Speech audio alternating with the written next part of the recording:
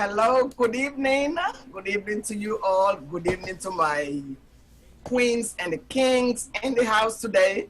Good evening to my viewers. Good evening to my producer at the back there. Thank you for hosting us on Sierra Cast TV. Welcome to Breaking Taboos. I'm sorry. Welcome to Breaking Taboos. This is the show where everyone is welcome. Every opinion matters and every taboo is discussed. Therefore, viewer discretion is advised. Once again, I welcome you all to Breaking Taboos. Before we go further, I am going to allow my guests to introduce themselves to you, you the viewers today. Sit tight because the topic on board today is hot. And when I mean hot, make sure you grab your husband or your partner. Sit very tight to them, my ladies. Sit very tight to them because today is domestic violence. We are going to discuss domestic violence. And when I mean domestic violence, it's not just in America. We are going to touch base all over the world where it's happening. So let me allow my guests to introduce themselves today. First, I'm going to start from the top. The king in the house, Harun Magona, please introduce yourself. Good evening to every one of you guys. My name is Harun Magona. I'm one of the guests on this show. It's a pleasure to meet you all, ladies and gentlemen. I think based on the topic of the show, we are going to educate ourselves. Yes. The best way possible, how to treat our partner. Whoa. Thank you very much. Harun, where are you? I can't see you. You disappeared. Harun? Uh-oh. I hope she did not come there. Okay, while we are waiting for Harun, let me go to the next king on the top.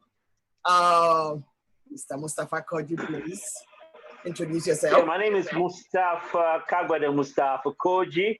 Most of the people, I like to put that the Kagbada Bar Mustafa Koji because about 95% of all the Kojis are Mustafa Koji.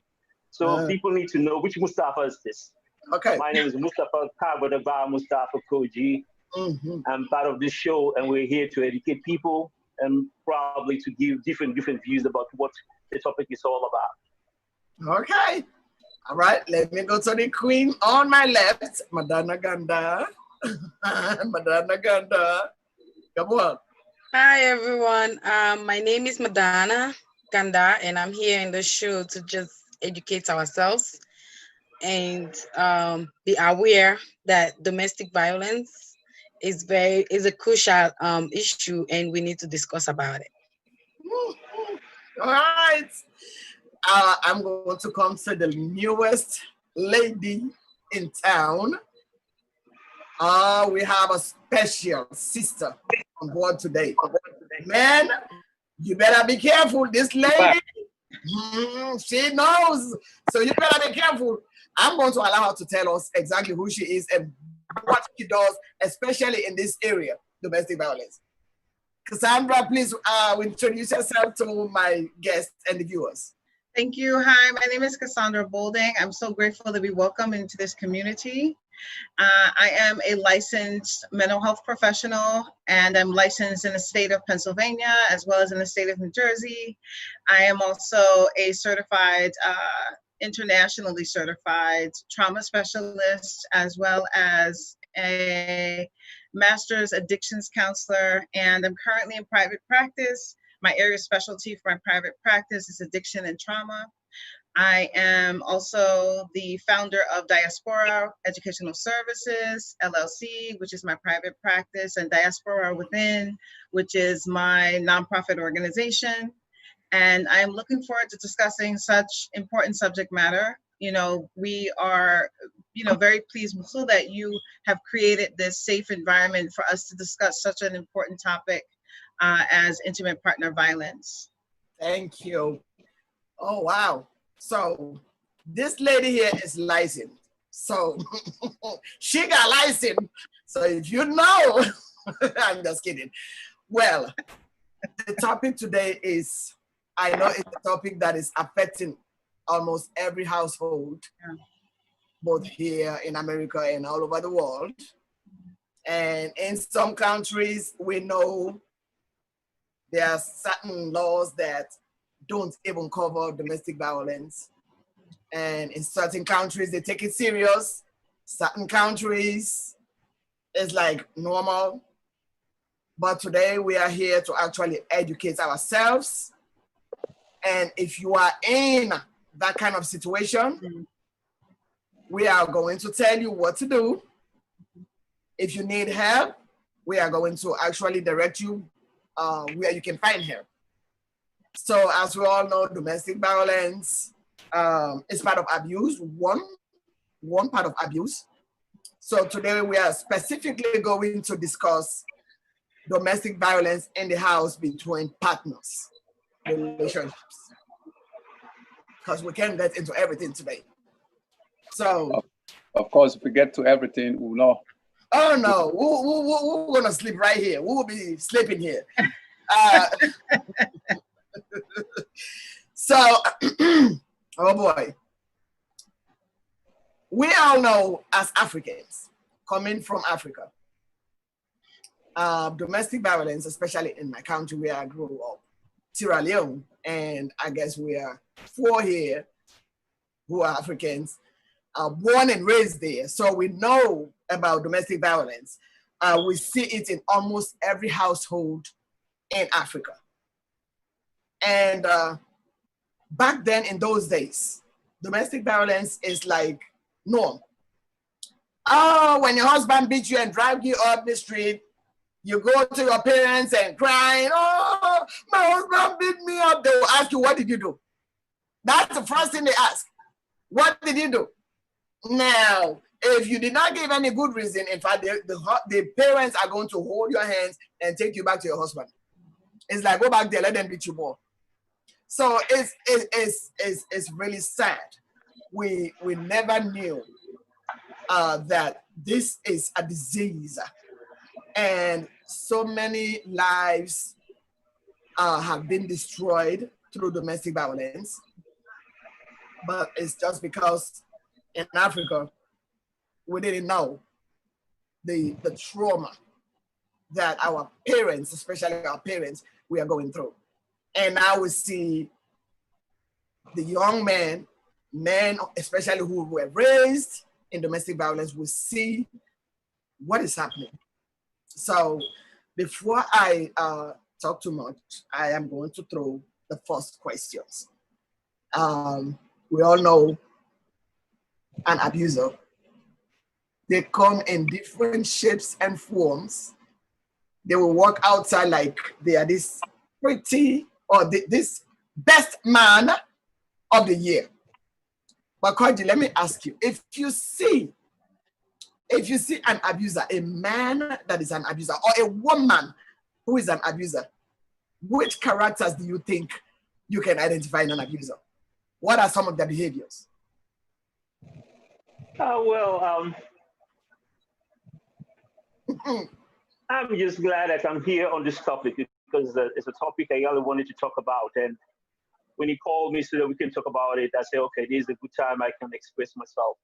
Thank you. Well, most of the time, I don't know whether you want us to, in fact, start with the definition of the topic we're here about so that we can dwell on it. Yeah.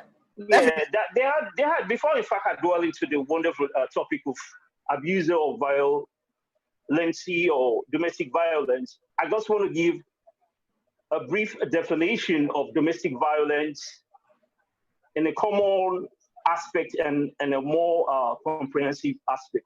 Mm-hmm. Well, from the various literature from my research, they said domestic violence is now commonly defined broadly to include all acts of physical, sexual, psychological, and economic violence that may be committed by a family member or inmate partner.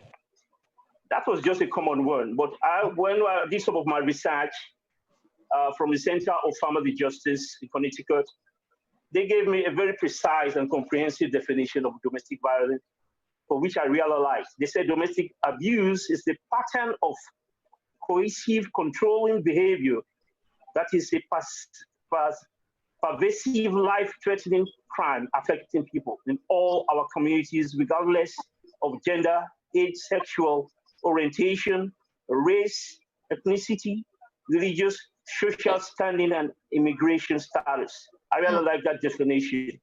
And coming back to your topic, asking me the features you can see on people, both male and female, because it's a two-phase aspect. Yeah. Male and female are being victim of this particular domestic violence. Sometimes, it can be real. You can see a guy who's really behaving nice. It is real. But when you're behaving too much nice, that it is beyond belief, it is questionable. That has been, it is questionable. Even a lady also, most of the time. Okay. If you see something that is too good to believe that it is real good, question it and do your research. There must be something wrong with that. Although in another phase, it might be right, because it's not all oranges that are, it's not because one orange is rotten, so all the oranges in the basket are rotten. So it's really nice to check your situation nicely and see whether this thing I'm dealing with. And in talking about that, out of the statistics I've gone through, I've seen that in America alone, out of every 4 women are being domestically abused, are involved in this domestic violence. And out of every 9 men are really involved. After every 9 men, 1 man is involved in this domestic violence. Wow. I can dwell into that, but let me just stop for now, because there's a lot of statistics, a lot of data, literature I got here for you guys. Well, oh boy, thank you so much, Koji. I'm going to go with Cassandra. Cassandra, we already listened to Koji's the definition. He gave his own one of the characters that to look out for. Which one again do you think we should look out for that stand out in abusive men or women?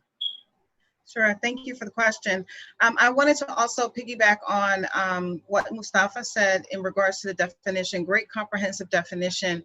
And I also wanted to say that the level of severity of domestic violence or intimate partner violence, which is also called, can vary. So it can vary from being, one episode, so one episode is intimate partner violence or domestic violence. And it could also extend to multiple years as well. And so I wanted to give some specifics. So when you look at intimate partner violence or domestic violence, you look at, like Mustafa said, the physical violence. And I wanted to be very specific in each of them. It's hitting, kicking, or using any other type of physical force. So shoving, grabbing, holding, like any of those things are physical violence. Sexual violence, or forcing or attempting to force a partner to take part in a sex act.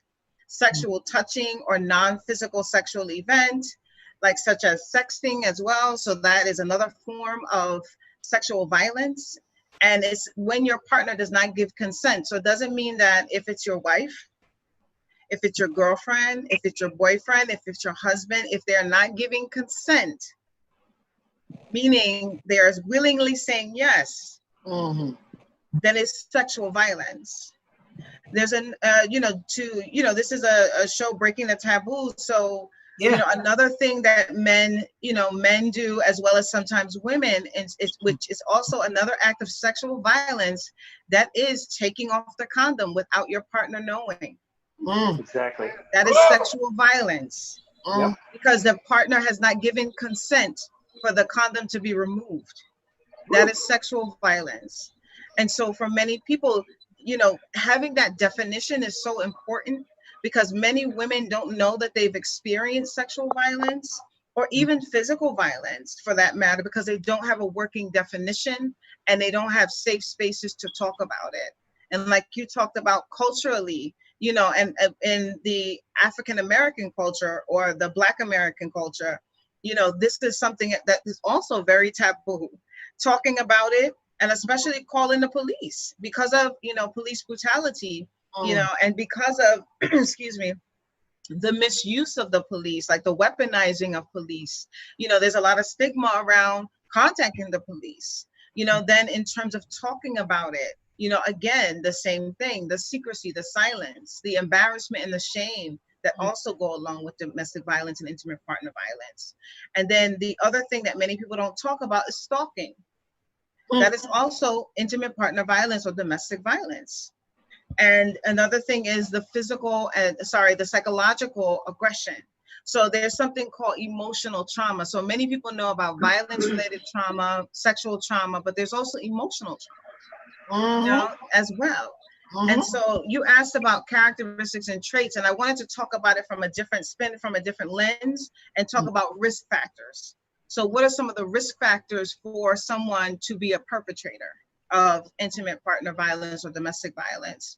So one of those things would be like low self-esteem, low income, low academic achievement, low verbal IQ, aggressive or delinquent behavior as a youth, heavy alcohol and drug use, depression and suicide attempts, anger and hostility, you know, lack of nonviolent social problem solving skills. So not having the capacity to solve, you know, issues without violence, poor behavior or control impulses, borderline personality traits, and the list goes on and on. So these are things that you can definitely see in an individual if they have the difficulty managing effectively their emotions, especially anger. That's a red flag.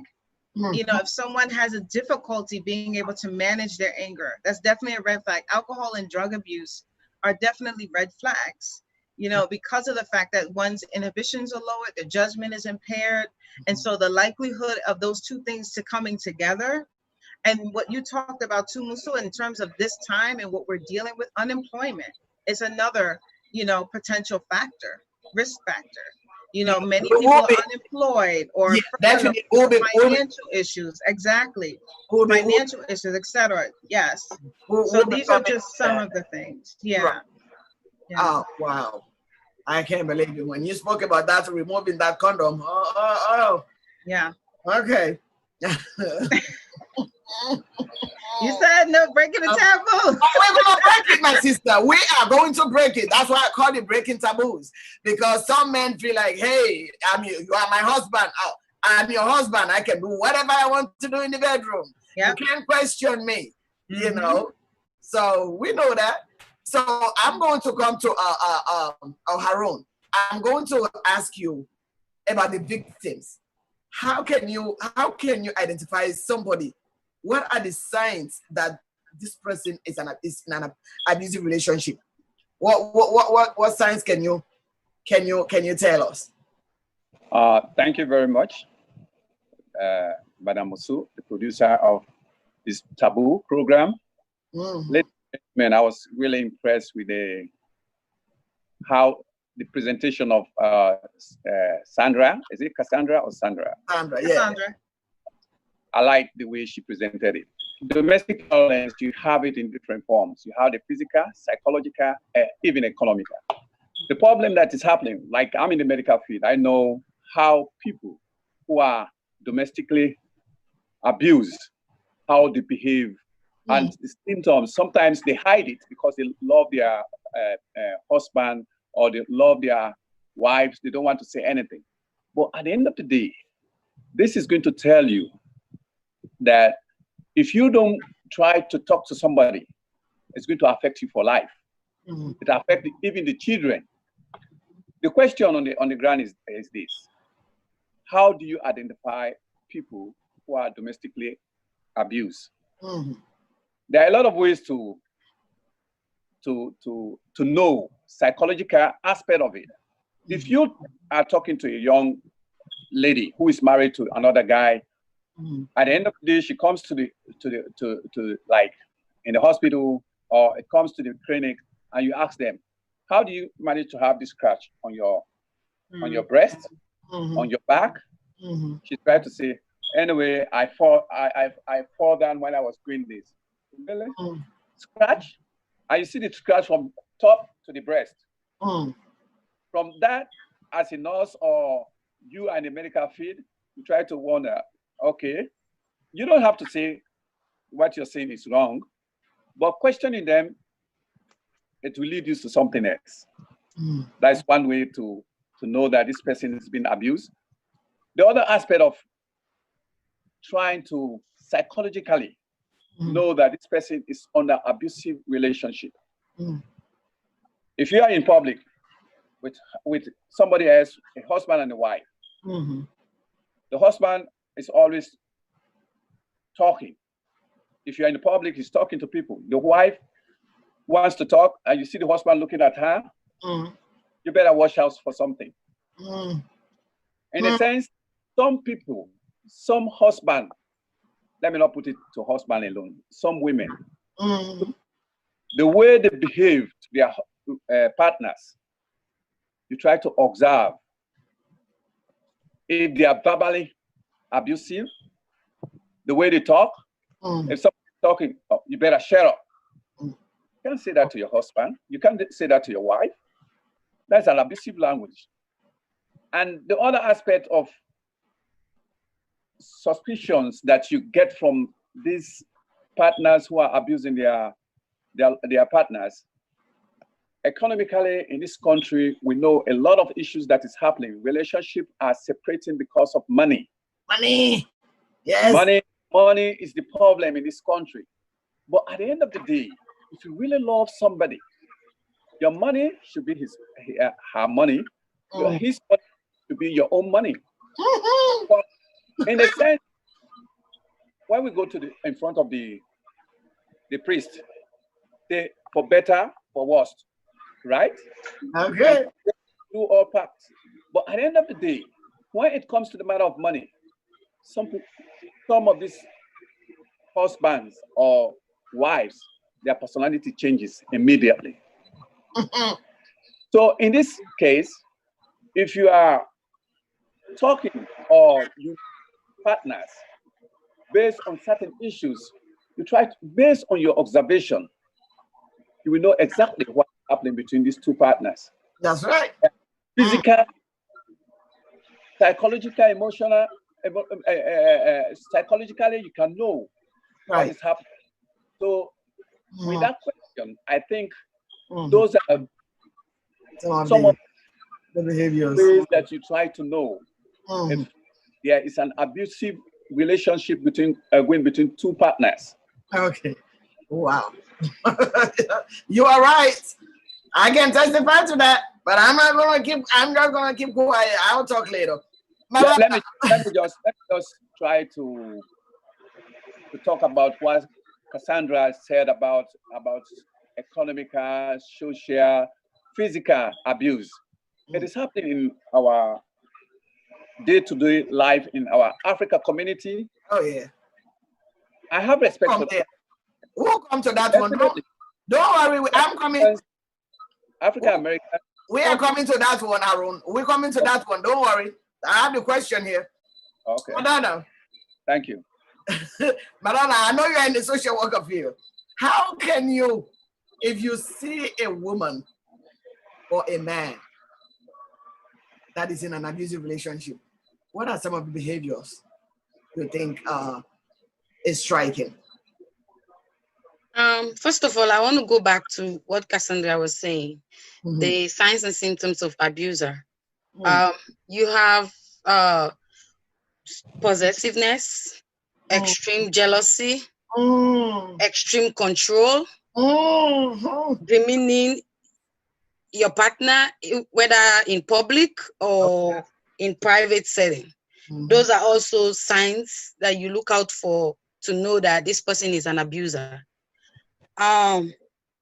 When you go to the victims of abuse, their signs are agitation, anxiety, or constant apprehension. You have changes in sleep pattern. You have developing a drug or alcohol problem.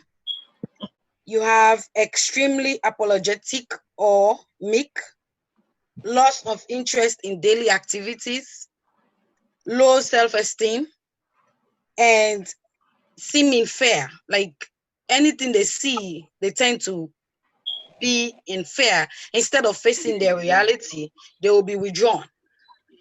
You don't see them expressing themselves too much because they are emotionally they are already been abused emotionally. Somebody already told them that you are not worthy of yourself. So you will always see them backing up. Even if you see them, sometimes if you see them dressed up, they don't always have the confidence that I'm beautiful or I'm this attractive. They always think that they're not attractive to people. Right. You can have a victim as your friend. You'll be walking with the person to the store or somewhere. You will see this thing that is so beautiful. Everybody's praising it. But for her, it's not beautiful because she cannot wear it. She thinks that somebody is going to say that this is not beautiful on you. They don't have that control of themselves. They're always looking out for somebody to look out for them. Those are the things that you will notice that this person has been through abuse. They are always angry over little thing that you don't even know where it's coming from. Oh yeah. Because they cannot express it to you, or they don't even know if they are at fault or not. Oh yeah. And even sometimes too many smiling. You see this person always smiling. You don't even know why they're smiling. Sometimes it's something that is hidden inside, but they have that problem and they're going through abuse too. So those are the things that we should look out for. Wow. You know, I actually didn't know when you're in an abusive, just like you were saying, when you're in an abusive relationship, you can't even tell yourself that you are being abused until we start reading about this stuff. It just tells the story about us. Now, our problem, Cassandra, I know you were born and raised here, but most of us African immigrants, when we come here, and there are so many people I see, they are bashing some women that are in abusive relationship.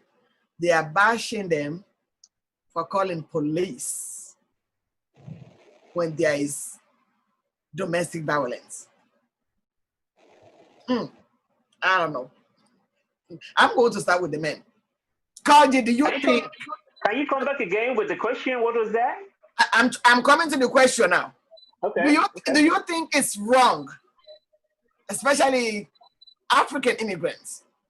Because I always hear negative comments about women who involve police in domestic violence.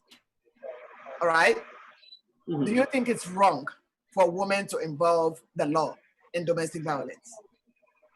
I don't think it's wrong at all, because for a woman or a guy to call a cops involved, a third party to come and rescue them, that might have been a situation they're scared or it has been happening for a while, so they think they should call the third party to come inside.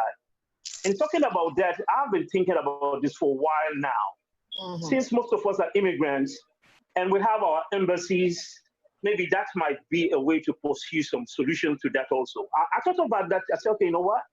We're here, we're dealing with the American way of life, calling the cops.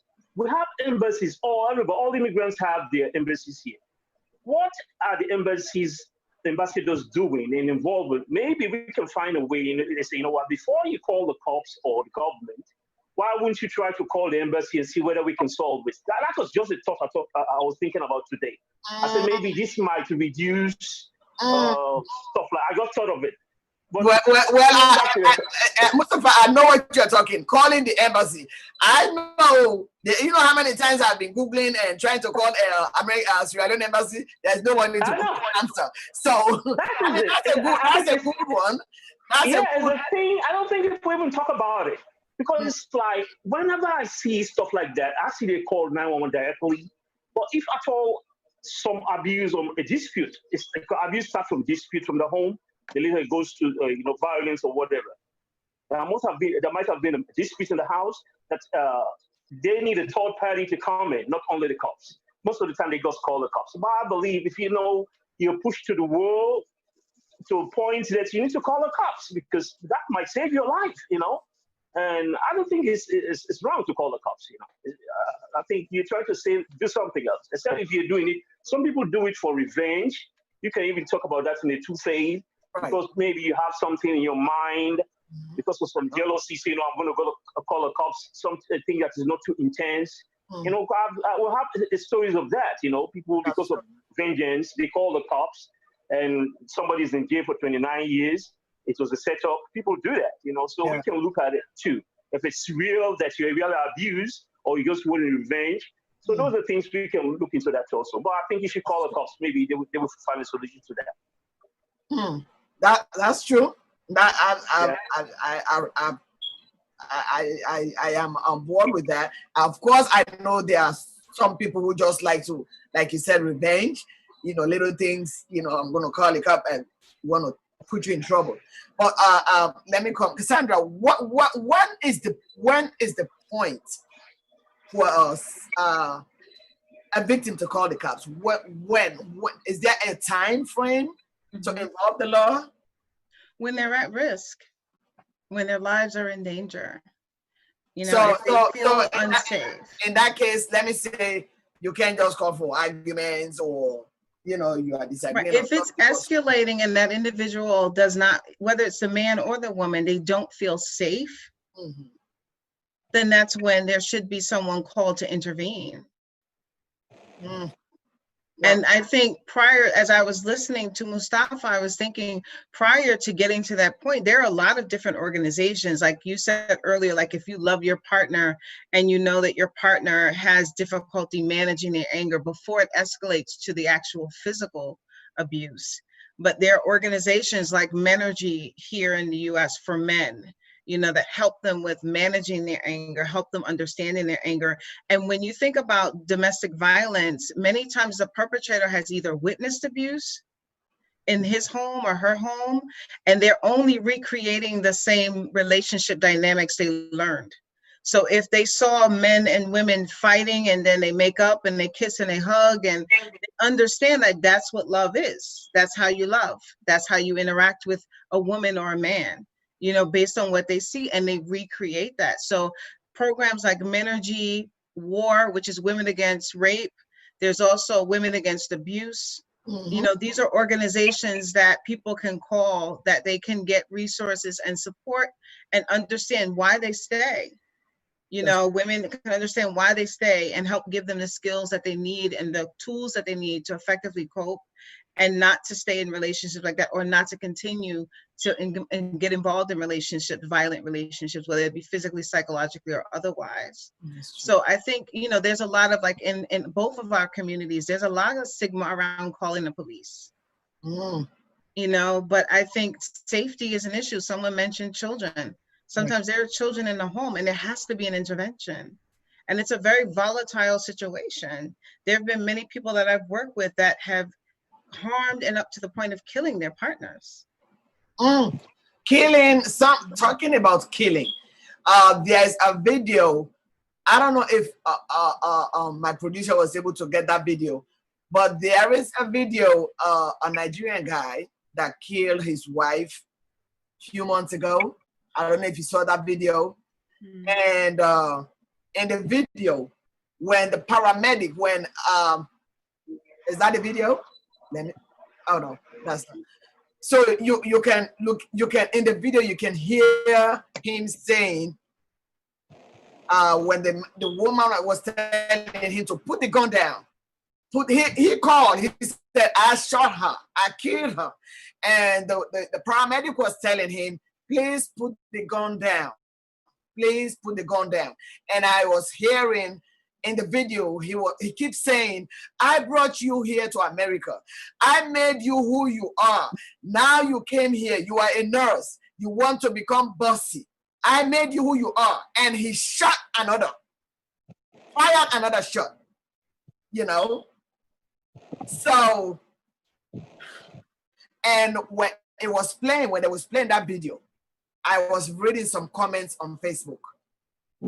Some people were actually saying the woman pushed the man to limit. No. So let me so do you think, Aaron, do you think that it's justifiable to kill a woman that you think you have made who she is, but she did not do what you wanted. That's the most stupid thing he did to himself. There are two things I can tell him. Well, he's not alive right now, or anybody who wants to do that kind of act. They are stupid. They don't believe in themselves. Because at the end of the day, the whole thing centers around one thing: ego. I'm a man. You're trying to control me. I will not take it from you. That was the whole thing that he did. Mm. But in actual fact, what I'm trying to say about people who normally think if you bring a woman in America, that woman should be a slave for you. So a lot of abuse that is happening in America. Men go to Africa. I'm bringing the cultural aspect of this, why abuse is most common in an African setting. Okay. They go to Africa, they put themselves in the class that don't belong in America, go and marry people of higher classes in Africa, bring them over here, send them to school. These women become educated. At the end of the day, how can you educate a woman? You drive in taxi. Status coming right there. Okay. And then you bring a woman from Africa. You don't go to school. You don't try to improve yourself. Do you expect that woman who is a practical nurse, who is a registered nurse, who is a nurse practitioner? America changes people. Of course, the way people think in Africa, when you come here, is different. Take it from me. Some people say, women come here, they change. Of course, they are human beings. They are liable to change. Life is a class. If you bring somebody, you put her to a particular level, make sure you will be above that level a little bit. Exactly. So that at the end of the day, you match. But you can't come here, driving taxi, educating a woman. At the end of the day, you expect that woman to take you very serious. No, money speaks in America. As soon as they start getting money more than you, they think differently. That is the psychological aspect of people who think they bring women in America, they should control them. Let's come to the aspect of it. Oh God. The gentleman who killed his wife, I can tell you, wherever he is, he's one of the most stupid somebody. Well, he's dead, actually. He killed himself. Yes, that's what I'm saying. Wherever he is, whether he's in hell, I know he's in hell. He might be one of the most stupid somebody in front of God. Because at the end of the day, educating a woman does not mean that that's the end of your own life. He can go back to school. If you think he thinks he can do what the woman did, he can go back to school, educate himself. At the end of the day, women regret within a second. A woman can say anything about you. Within a second, they are done with that. Psychologically, if you're living with a woman, you have to understand whom you're dealing with. Like Mr. Koji was saying, people abuse their loved ones. At the end of the day, they go back and say, oh, you know what? I did not do it out of my, something was in my head. I did this. They regret. But what is happening in this perspective? Some people, Africans especially, they think a woman should always be a boy to them, which is wrong. In America, why I respect African American women, I respect them to the highest degree. If you love somebody, you don't need to hit that person. Love goes with all aspects of life. Protect when something that you love. Cherish something that you love. You cannot love somebody and start hitting that person, and you don't expect that individual to call police. At the end of the day, if you get crazy and kill her, what do you expect from the family? Well, Harun, I'm going to interrupt you a little bit. I'm going to throw a question to Madonna. Now, you told me in your conversation, be careful, you almost throw yourself under the bus. You said that most women, when they bring the women here, they allow them to go to school while they are driving cabs. And that is some of the reason why the women turn around and be rebellious or disrespect this man. I'm going to throw that question. What I'm saying, if you bring somebody in America, you're trying to elevate that person's level of education. You have to do friend, I said I shot this demon. You have to do the same thing. Yes, okay. That's what I'm trying to say. Okay, but I know you want to control their money. Can you please tell me if there's You want anybody to else control their hurt? money. You want to control their social life. You close the door where they are going. Sir? You want to do everything. Okay, hold on 1 second, Arun. I think that's the video. He's playing there. Hello, sir. Is somebody else hurt? Or you hurt yourself? Hello. No, sir? no. Okay, sir. Thank you for that. Now, can you please give me the address to that location? Can you please confirm the address?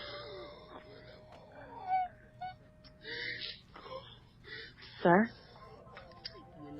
I have nothing to say to you. Chukuna, Zubike. So this is how it ends for you. People act differently. The brain, it's not it's not the same way we process some things, especially when we come to America. There's a lot of things in this country that will make you go depressed. There's a lot of things that will make you frustrated. There's a lot of things that will just shock you. You don't even know what to do at that moment. Men or women, we have to be careful what we do and the partners that we are coming into contact with. Men, yes, we will say, oh, you brought somebody from Africa. I brought a woman from Africa to America for the person to, we are like a helpmate. Oh, you coming to help me out, or you coming to do this for me. We are in America, we share things. We do together as one. That's what we are told here. You work together to make ends meet. If you come into America, you have a mindset that whatever this person has done to me in Africa, when I come to America, I'm going to do those things to him. That is not good. Don't come. Like what? If you say, oh, what this person was doing to me in Africa, when I was there, I was not working. He was doing all the jobs. He was providing for me the money. When I come to America, I'm not going to work with him so that we share the bills or the rent or whatever. I'm going to take charge as a woman. I'm going to be on top of this whole situation. I'm going to disrespect him. I'm going to put his self-esteem down. I'm going to take everything on him. Don't come. Yeah, I understand what you're saying. Don't come, because we are human, Musu. We are human beings. Human beings react differently. No, but the question was. No, I'm coming there. The question is, I'm coming there. I'm just saying. So the reason why women come here and change, that's the mentality. America here gives you opportunity to be yourself, to have your own power, to do as a woman what you are capable of doing. So if they give you that opportunity to do that in this America, the men will definitely see it as a challenge. So if you see it as a challenge, you are not seeing it as a help, as help, then it's going to be a problem. Because you have to look at it in a different way. First of all, that's why I say when I was doing my internship with people, with the refugees, when they come, I always tell the people in the agency, when you're teaching these people about America, also don't forget about their culture that they left back home, wherein a man is 100% the head of the household and a woman is just a subordinate under that man. Make sure you equalize it. Tell them the truth that this is America. This woman is going to learn a lot and is going to be exposed to different things. So you're going to learn how to deal with it. You're going to learn how to encourage her to be the person that she is. Don't forget to tell them that. Because if they learn it for themselves, it's going to be a problem. They will not come and tell you, but it's going to be a problem. Well, actually, what I was, the question is, I'm still directing it to domestic violence. I know in Africa, some people are in relationship before coming here. The man used to beat you in Africa, you know, you take it. Right. All right. Is it wrong when you come here, you should continue taking that same beating? That's it's wrong to even take it in Africa. Well, neither to take it in America. It's both wrong. Yeah, this is the problem here. That's what I'm saying. Here you have the laws. You have the laws that is govern everybody. So you cannot practice that here. If you practice it on a woman, it's going to be a problem because the woman has high rights in this country. They cannot see a woman be beaten in this country. They're going to take you to prison. So you cannot do that to a woman here. So the women know that when they come here, they are exposed to it.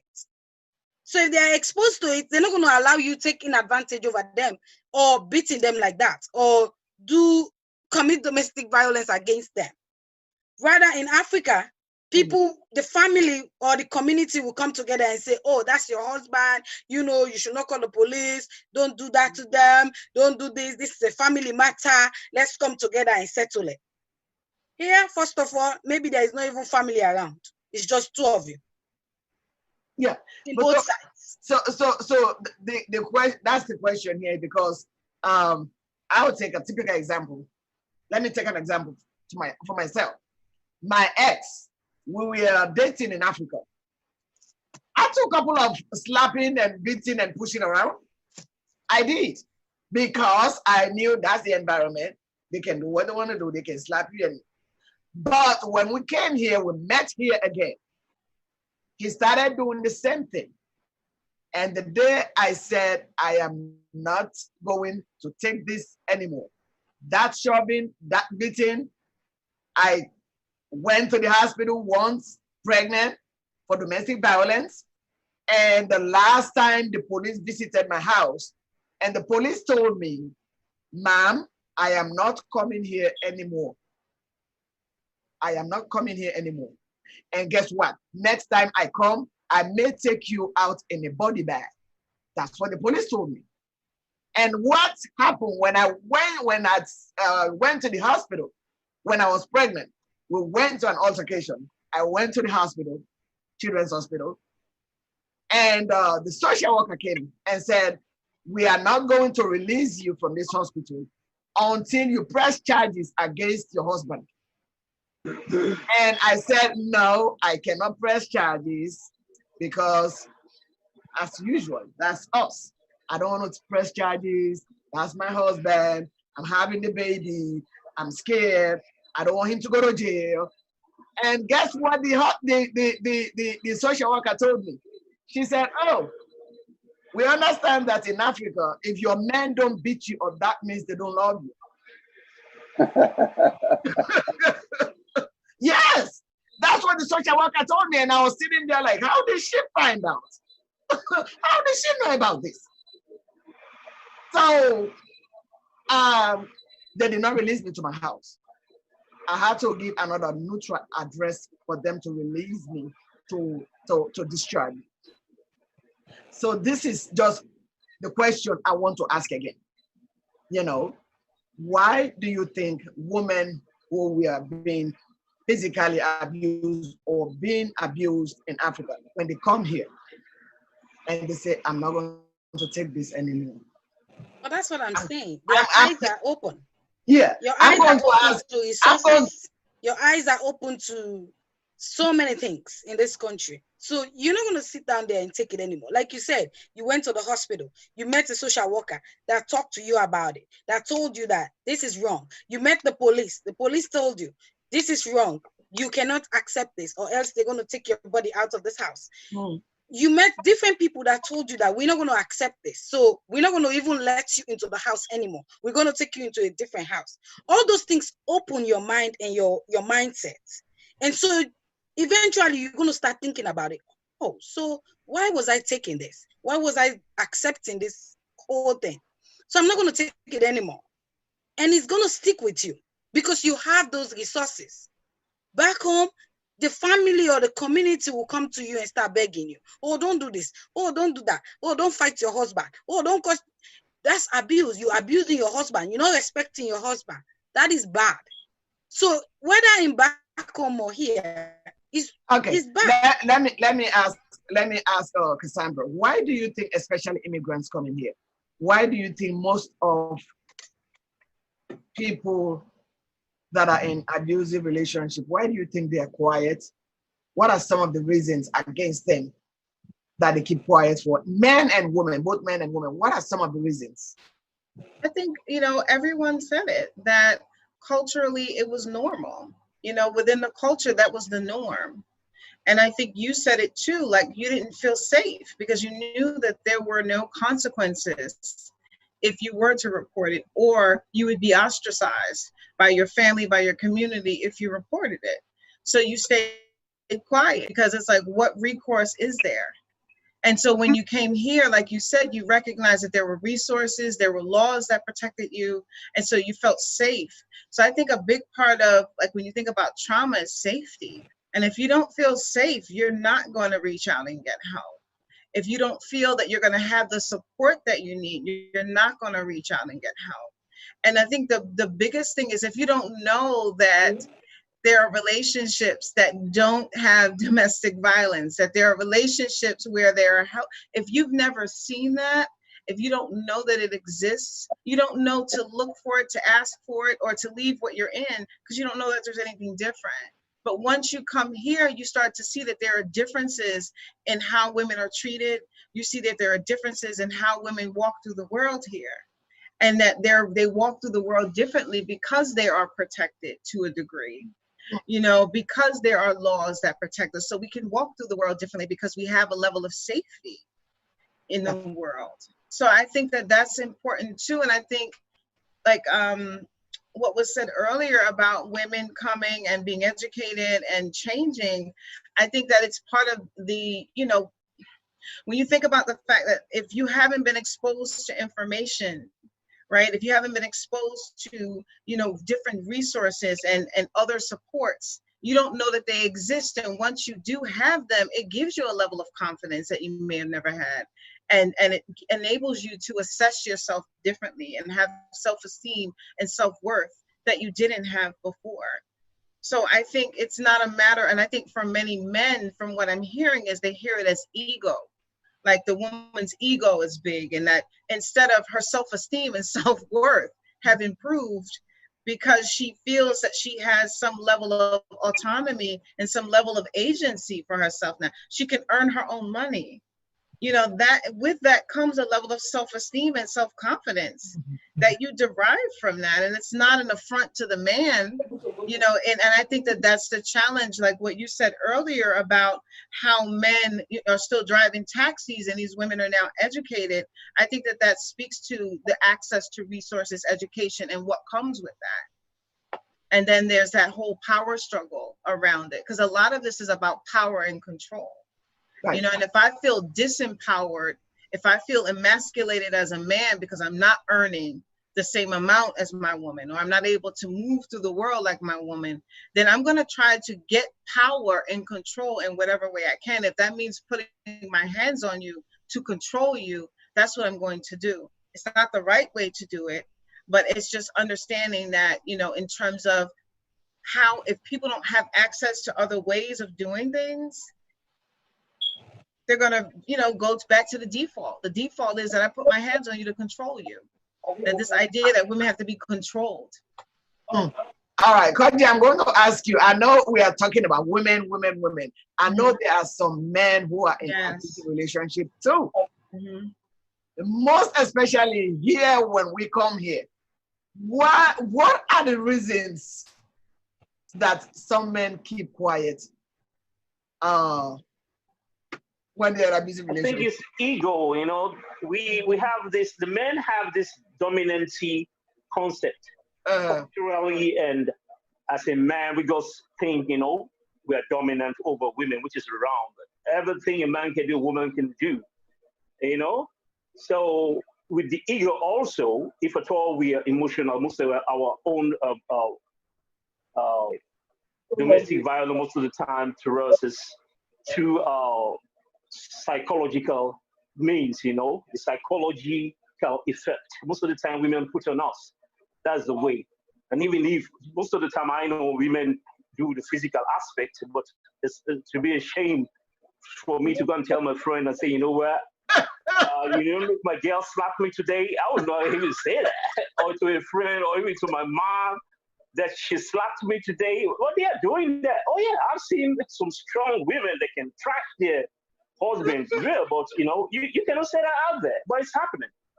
And no, the only thing that people talk about is the psychological effect, you know, calling the guy lazy guy, you know, there's violence over there, 1 minute guy, you know, broke guy. Those words, when they accumulate in you, can lead to, you know, explosion.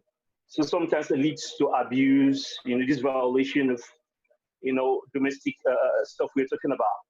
So those are the things I've observed most of the time, that, you know, the psychological impact that women put on men, and men are refusing to say, you know what, my wife is giving me a hard time or whatever. We don't do that. So the only way we can do it, we put it in some pressure point and they will just explode. When they explode, the only means we can use is physical aspects, you know, which is using our physique to show that thing, you know. But it's just our ego. Men just think we're too special. We should just, we are not supposed, you know. But that's the thing, the ego in us, which is wrong. Well, I know. Most of the time we hear, of course, we know us. Every immigrant coming here, you have to rely on somebody to do your paperwork and make you stay, have your legal stay. And we hear some people who say, "Oh, I think I brought her here. That's all she was waiting for, and she left." Why do you think? Let me go to Harun.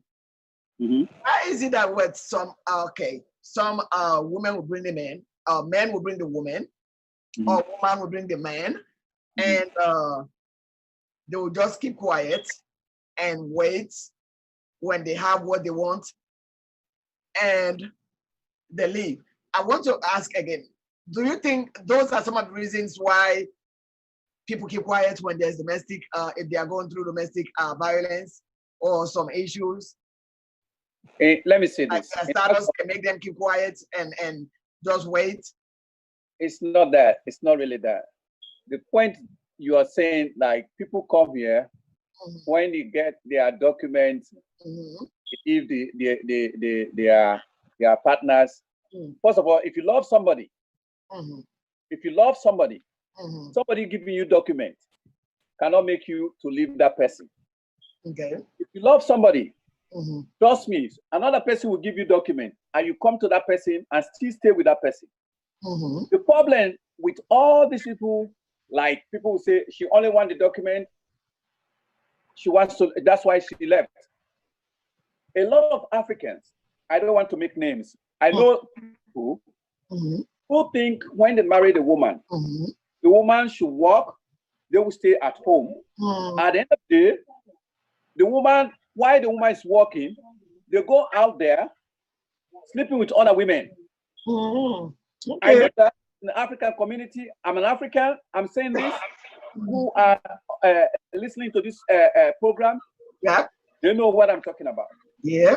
Being lazy as a man in America, you're liable to lose your family. Being lazy in America, you're liable to be called a lazy man, because women in this country are working very hard to make sure that they can brag to their friends, my husband, we have this house, we have this car. But if you are the man, you are not supporting your husband, your wife, what do you expect from the woman? Women think very short and they take decisions.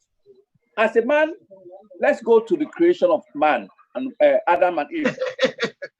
Who's supposed to really be a strong person as a man, right? You're supposed to take decision, but you listen to your wife. But some men, they don't listen to their wives in this country. What they do, they think here is Africa. They are the men. They can do anything. They have to make decisions. In America, culture difference from country to country. In America, you have to be together, share things, open account. Why in America? In Africa, you pay the rent, right? In America, you share rent. Everybody has to pay a little bit, right? So if somebody is paying a little bit of rent or mortgage, why can't you respect that person? The aspect of people saying that people just get their document and leave, why do they leave?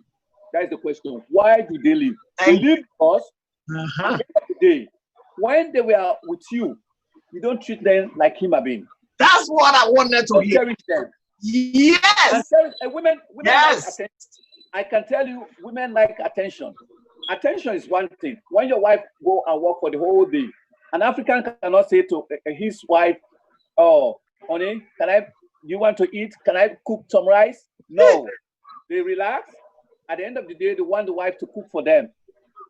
At the end of the day, if you are doing this to a woman continuously, and somebody out there look at the wife and say, "You look beautiful." Well, Africans don't say that. They always think, when I used to do certain things in the public when we go to party.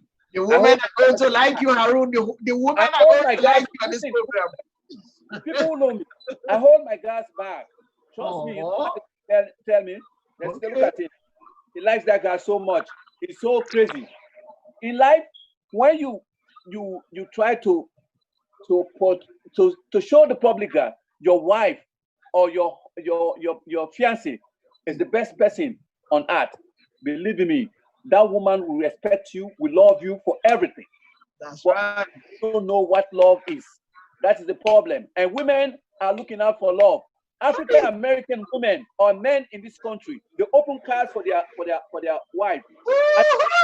Cultural differences is making people to get problem with their relative, with their relationship in this country. Africans think a woman, they should not open a car for their wife, and which is wrong. Harun, yes. I tried that one day. I was standing there until the rain. I tried that one day. I was happy to see they can open the door for me. I stood there until I got in the car. They say, and they say, "No, American way." Yeah. What is wrong? In Sierra Leone today, people are saying, Sandra was saying, it's education and security. Back home before, the chiefs, we married a lot of women. At the end of the day, they think they are kings, they can do anything. But these days, women are not accepting that in Africa, in Sierra Leone particularly. Like His Excellency the President, the wife of the President, is educating women in that country for women to stand by themselves, to know that they have rights. The President is really the backbone of everything. So at the end of the day, I want to give applause to the President and the First Lady in Sierra Leone, what you are doing to our sisters to realize that it's not about a man being a king. A woman is a queen too. No, I'm so happy about. I'm so happy about what you said, Harun. And I have been saying this most of the time when I hear those stories. Oh, I brought her here. I gave her everything. As soon as she got her what she wanted, she left. It's all by the way you treated her when she was waiting. Some men, it's just like, unfortunately, how this end up, where the Nigerian will hear him saying, "I brought you here. Now that you are a nurse, yes, I think you are madam."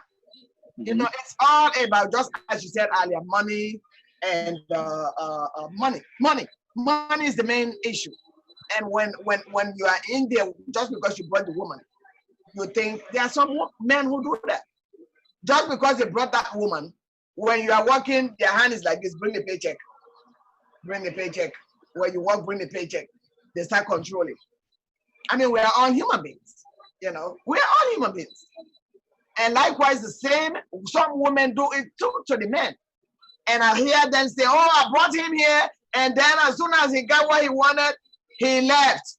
It's because some women too do that. When they bring these men here, when they are home, they start giving them the rules. Don't speak to nobody. When I leave, don't call nobody. Don't go out. I have to say this before you say this. I have to take you out before you go out. Trust me, when that man is fed up or once he gets what he wants, he's going to leave. It's both ways. So I'm going to do another question again. We see abusive relationships. Well, as an African, I want to ask, do you think most of our men who are beating up women, do you think it's because they saw their parents doing it? Does that have anything to do with men, some men being physical? Cassandra, can you answer me?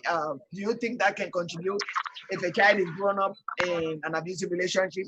Absolutely. I was just thinking that as you were talking about, because I have several people that I work with currently from like Nigeria, from Gambia, from other places. And they talk about like having partners, being here, going to school.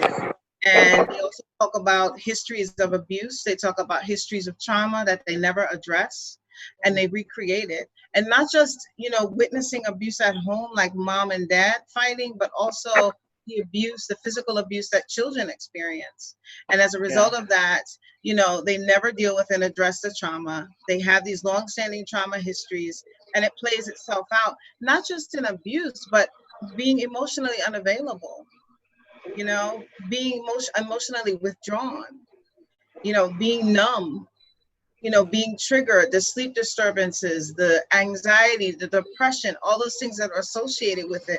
And then for what I hear from many of my clients from Africa, they say depression doesn't exist, anxiety doesn't exist. Oh yeah. And you don't go to therapy.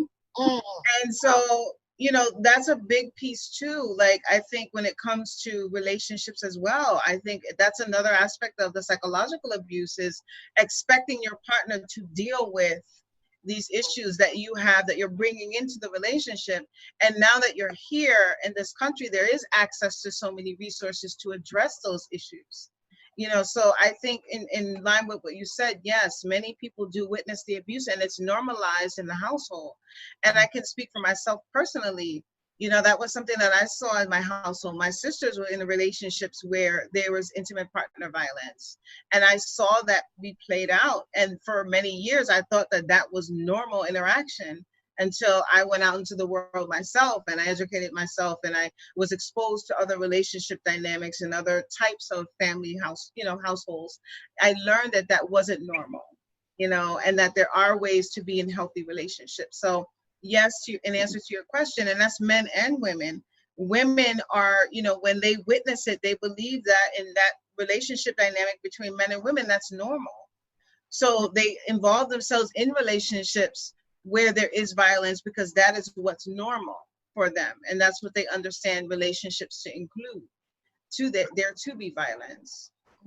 Koji, I know this is breaking taboo. We have to break it. Whether it happened to you, whether it didn't happen to you or it happened to somebody. But this is the question I just asked. Were you raised in an abusive relationship or a home, or have you ever been tempted to be abusive to any of your partners? And do you think what contributed to that, if you ever did? No, I don't think so. I don't think I've been involved in any abusive relationship or neither my parents. But looking at it years back, I thought it was just the norm, before in fact some of us were educated. My mom used to move a lot from home, Yeah, we were moving from places to places a lot. My mom, I was wondering why was that? And whenever she's going, she would go with us, go to our uncles, our aunts, and everything, move from one place to another. So thinking about it now, after I educated myself, I said, was my dad abusing my mom? That might be the case. Well, because monitor, as mom is going, we are right behind her. We'll go to our uncles, we'll sleep there. After a while, my daddy will go and pick us up. So I'm asking myself, was daddy doing that? Daddy, if that's all you did that, may God forgive you. But I don't think so. But that was the situation. Myself, I don't think I respect women, and maybe I might have been involved with it. I didn't know. But after I educated myself a while, I saw symptoms of something else that I was not supposed to do, which I did, while indirectly, you abuse. When I read a lot of literature, I just observed that there were some things I was doing. Now, if at all I'm given the chance, I will not do it again. Wow. But indirectly, Thank you. Indirectly, or bringing an issue of abuse. Abuse also by domestic abuse also. If at all you bring a situation, a worse situation, or even a movie, or explain something that is very bad. According to the literature I was reading yesterday, they say it's an indirect way of abuse, something like that, Like when I read it, I was like, okay, sometimes I used to call people some names, I thought it was, even calling some names, We are listening. We are listening. No, it is it. I've learned a lot. It's really nice to educate yourself. So it's like if I can just go out of track a little bit and go to Mr. Madonna, is it Madonna? The guy's name? What's his name? Madonna. Mr. Harun. There's a point you brought. I really wanted to give some flesh to also to our brothers. Some of us that are here, African Americans, and even our African brothers. We are going over there bringing up these young little girls, trying to educate them. Obviously, when you're educated, education is more transparency. You have to transparent whatever you've been educated with. That's transformation. Whatever you've been taught, you need to transfer it to the community and environment to tell people that this is what I learned. That is what education is all about. Transformation. That's what I wanted to call. So if a girl is educated, she needs to make sure that all the qualities of that education should be in her, in her books. And also, if at all we know we are going to bring this woman to education, make sure that either you are financially good, or you are your own boss, you're CEO of something else. Of course, she's going to be educated. If she's going to be a nurse, you don't just depend on her, because if at all you think if she's going to be a nurse and you're going to be taking her money, no way. It's good you brought her here. She's going to be educated. She's going to be self-sufficient for herself. But are you going to depend on her money? Equally, while you're doing try to educate yourself, empower yourself. Yeah. I can't believe that. I'm not saying that a woman should be educated more than me, but I will watch myself. I say, if you go up one step, I will not go higher than you, but I'll be closer to you. Empower yourself, minus the educational aspect. Try to be an entrepreneur. Try to do something so that the woman can stand on and say, you know what, my husband is something else. But if not, they're going to leave you alone. No, Koji, honestly, when Harun said that earlier, I really don't want to, say 100% that happens, because you bring a woman and you are not educated, and you bring her and you educate her and she's at higher level, that makes her to turn around and disrespect you. I think it's all about, as we say again, when you bring that woman, it's all about respect. How you treat that woman, can also make that woman not turn around and disrespect you just because you are not up to her level. I think it's all again about how some of the men, when they bring them, just because you brought her and you make her who she is, doesn't mean you have to treat her like a crap. This is why some of these women turn around. I mean, all of us have conscience. Just like men have conscience, some people do have conscience. Just because you brought her, you are a taxi driver. We have seen, I think I was talking to my friend, somebody over there, one of my sisters. She said most of the time, it's common in some countries, I don't want to start calling, but when they bring their women and they become the nurse, of course that's what they want. They become this higher education. They will suppress them, they will oppress them so much that everything they work for, they have to give it to them. And when you make a woman feel like she has no voice, she's been oppressed, constantly oppressed, she had to keep coming to you to get it just because you made her who she is, they can turn around. I mean, of course, this is what we are living in. We are ungrateful. It's an ungrateful world. Even your child will bring up and give her all the education, they might turn around and say, I have to live my own life.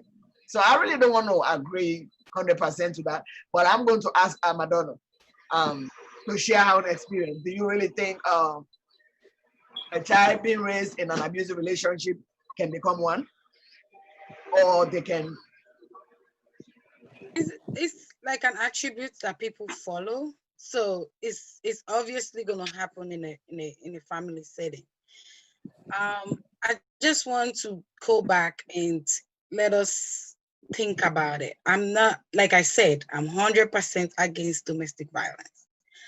I'm a victim of domestic violence, and I can tell you how hard it is to be in a domestic violence relationship. It's very hard. It's really, really, really depressing.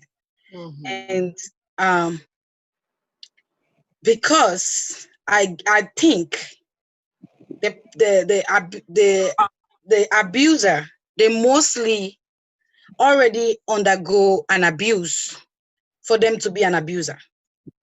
Most times, either they are raised up in, like in Africa, let's give an example, in a family, maybe the mother is dead and they grew up with a stepmom, and they grew up after grew up to be their own self person.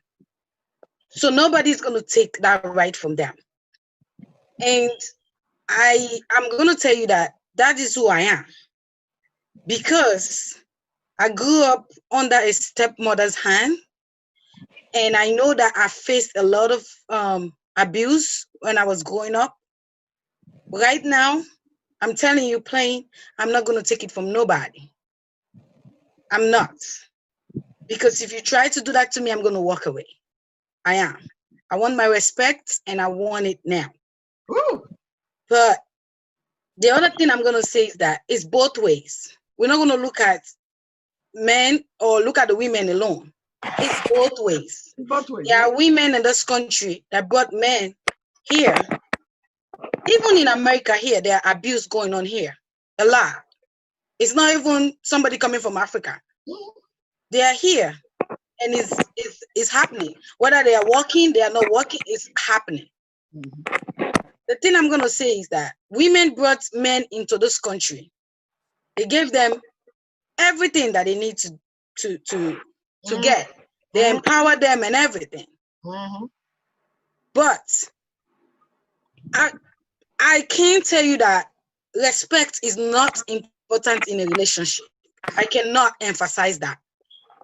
If you are not respecting your husband, you expect the husband to do everything for you, and you are still not respecting that person, trust me, you're going to get the after effect of that. Respect is very important in any relationship, whether in friendship or in married relationship. If there is no respect, there is a problem. So people need to be careful. It's not only women. There are men here in this country that are facing abuse. They just don't talk about it. They are silent about it.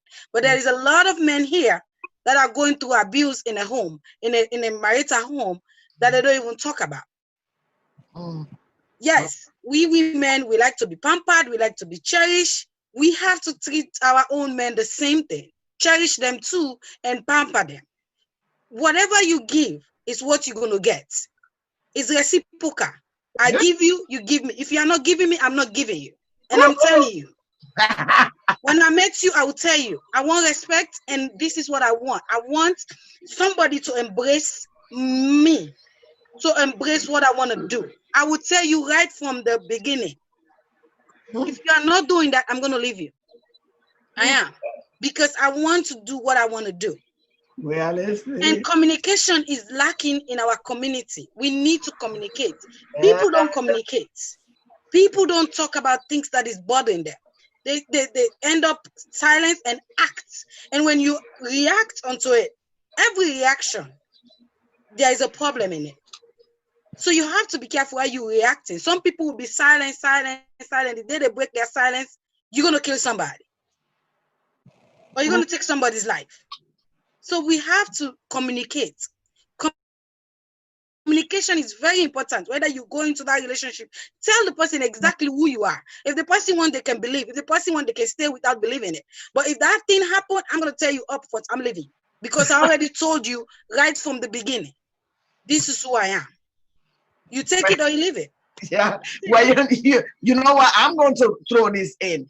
I know most of the time the problem we face here, especially us here, coming here, when they see this woman out there, instead of they tell the woman what is the actual facts about America, they hide it. They will go and give them the wrong impression. Oh, everything is bright and beautiful in America. I'm sending you the dollars. I have this beautiful house. I have this fancy car. I have a whole house and all that. They don't explain to the woman out there, when you have a house here, how much you're going to pay for your mortgage. The car you have is a car note. You are paying for that car. Insurance. Everything involves money here. But some of them, they hide it. They don't let the partner in Africa know. Okay? Now, when you go bring that woman, you have been giving them all this false impression, like everything is bright and beautiful, and you bring her here. When she comes and find out that, oh, so you have been lying all this time. Sometimes the women tend to disrespect the men that way. We have seen so many men have brought women here under false pretense that everything is bright and beautiful. Everything is bright and beautiful. And when they come and see their living situation, they will be like, oh, so all these fanciful things that you have been showing me is all lies. Mustafa, my lie. Magona. Yes. Yeah, nah. Let me just let me just elaborate on that one. People in coming with women from Africa. Let me start it from people going to Africa, getting women from Africa. You're going to Africa to get a woman that your first date, you don't even know whom you're dealing with. At the end of the day, you come in with the person to United States. In Africa, you are the boss. And when coming to America, both of you, everybody has equal rights. And work. At the end of the day, be yourself when you're going to Africa to get a woman. But at the end of the day, if you are a cab driver, and you go and say you're a doctor. You're a doctor. And you are having an apartment. You're telling the woman that you have a house. You are driving a cab and you're telling that that's my office car. When you come with that woman in this country, you're going to get problem right there. Yep. Expectation from women. Even me, if a woman is coming with me, it's happening in this country. There are people who are coming with men in this country. They tell the men, this is what I do, this is what I do. When the man comes over here, they don't know what the woman was telling them. At the end of the day, they see another Polish woman having a house, living a good life. Trust me, they will start to say, can we go and visit that woman? The next day, you go to work, you see your friend visiting the house in your absence. What I'm saying to people, if you want to bring a woman to this country, make sure you give your true color to the woman. True color in a sense, tell the woman that this is what I do and this is what we are going to do as partners. But the problem we have with people bringing women in this country is that they want to bring the woman to help them indirectly. At the end of the day, the woman should be controlled. The money that the woman is working should be given to them all the time. So what I'm saying, you have to respect your wife. You have to be honest to yourself. Be honest to the woman. Yeah. And make sure you say the right thing to the woman. If not, you're going to get problem right there. Okay, all right. Let's try to round up. Cassandra, what's your final thought? What can you, what kind of help is out there for people who are in those kind of situations, man, woman, and what's your final thought? My final thoughts. There are resources there. So WAR is one, Women Against Rape. Menergy is another resource for men. It's for men and families. And Women Against Abuse is another facility that will house you, will provide you with resources, services, and provide you with safety. My final thoughts are, if you are experiencing intimate partner violence, get help. There is help out there. There's hope to recover, to heal. You don't have to live in shame. There's nothing to be ashamed about. Most times we are recreating what we've learned, what we've seen. We don't know that there is another type of relationship. We don't know anything about setting healthy boundaries, that we can set sexual boundaries, we can set physical boundaries. We don't know that we can, so we don't. And once we learn that we can, then we can set boundaries. So I just say, for men or women, if you're experiencing it, get help, get out. You don't have to suffer alone. You don't have to suffer in silence. That's true. Koji, what's your final thought? Well, for all those survivors, help victims for domestic violence, there's a call number you can call just in case you need help. A 1-800 number. 1-800-799-7233, just in case. If you can call that number, they will come to your aid just in case. In Connecticut, we have 208-384-955 for domestic abuse hotline. Therefore, sexual assault hotlines, you have 208-333-2233. Guys, you should be nice to our wives, our girlfriends, and you guys, the ladies over there, try to be nice to us. I know if we all come together, we can be a wonderful world. That's all I can say. Thank you. Madonna, what's your final thought? My final thought is, when you see the signs of domestic violence, run. Don't stay there. Run. Put on your shoes and run. Do not stay. And please don't stay because of the children. Don't stay because of religion. Don't stay because, oh, my pastor said I can divorce. Don't stay. Yeah. When you see it, run. Don't stay there. Get help or you can run. Very serious, because your life depends on it. Please run. Yep, that's true. Yep. If you can't fix it, run. Aaron, what's your final thought? Ladies and gentlemen, all my viewers, our viewers, let me tell you one thing about domestic violence. It should not be about somebody. It should be about yourself, your own life. Yes. What is important about everything you do on earth is about yourself. Yes. How can I save my own life? The man who killed his wife and children is a coward. He don't believe in God. At the end of the day, I believe that anything a woman can do, or anything that a man can do, a woman can do it.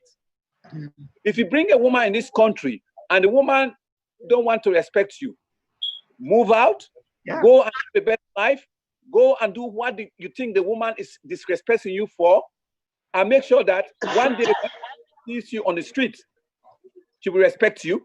The other aspect is you have children. Spiritually, when I saw that man killing his wife and children, that was the worst day in my life. I think I'm sending this message to all Africans, men and women. Make sure that your life is better than anything. Yeah. America is not everything. That's true. That's true. At the end of the day, we should respect our culture. We should value our life. We should value our children's life. We should not do what that gentleman did by killing his wife and children because the woman is not respecting. He spent money on the woman. He did this, he did this. What is that? Yeah. You kill them, you kill your children. What is the benefit that you get? Did he get out of that? So please, Africans, and all Black people in this country, let's respect our wife. Let's make sure that whatever happens, we're better than that. Yes. Well, thank you so much. Viewers out there, you've heard it all. Run. If you can't fix it, don't stay. Some things you cannot fix. If you cannot fix it. And guess what? Guess what? You know how much is spent on domestic violence per year in the United States? You guys know? Oh boy. $12 billion per annum. Wow. $12 billion just for domestic violence per year. So it's a big thing. That's a lot. So I thank you so much, ladies and gentlemen, for coming in and educating our people. Viewers, I hope you listen. No, I don't want to hear another problem. If you hear, I'm going to call Cassandra. She knows that. I'm going to call my crew again and come back. So let's respect each other. If it's not working, walk away. All right. Don't even care about, because you know they put like people like us who walks away from domestic violence, and because they were not treating us right, they put us in the black book. There's a label now. Oh, she left her husband. But as long as you live in good faith, you are okay. That's all I'll say. So thank you so much. Thank you, Hamjad, our producer out there. Thank you for hosting us. And if you need any help, you have any questions for us, please leave it on Sierra Cast TV. You have questions for Cassandra, please leave it out. She's a licensed person. She can walk you through. Thank you very much. And bye-bye. Bye-bye, my people. Bye, Cassandra. Bye, Madonna. Bye, Musu. Bye, Cassandra. Bye, Mrs. Ganja. Bye, Koji.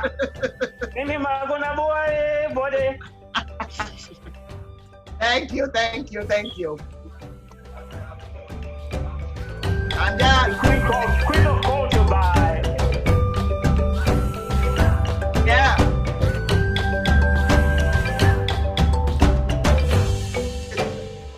It's a Madingo Opula. See, my producer never plays my music. Thank you. Maybe I'll offer some, huh? Yeah, we are done.